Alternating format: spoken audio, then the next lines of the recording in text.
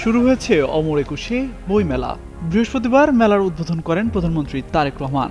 এ সময়ের একটি ফুটেজ ছড়িয়ে পড়েছে সামাজিক যোগাযোগ মাধ্যমে, যেখানে দেখা যায় প্রধানমন্ত্রীর গাড়ির পেছনে দৌড়াচ্ছেন ছাত্রদলের সভাপতি রাকিবুল ইসলাম রাকিব।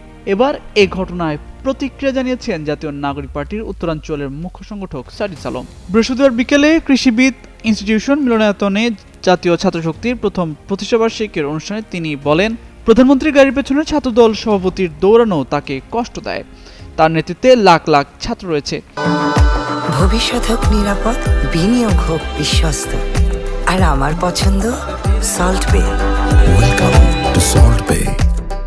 তিনি যেভাবে নেতার পেছনে দৌড়ালেন, আওয়ামী লীগের সময়ও এভাবে দৌড়াতে দেখেননি বলে মন্তব্য করেন সার্জিস।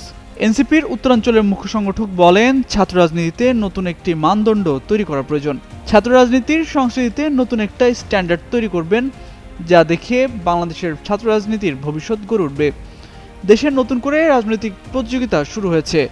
একদিকে ক্ষমতাসীন দল নিজেদের কর্মকাণ্ডে পূর্ববর্তী সরকারের চেয়েও এগিয়ে যাওয়ার চেষ্টা করছে, অন্যদিকে রাজনৈতিক কার্যক্রমের বদলে অভিনয় প্রতিযোগিতা চলছে।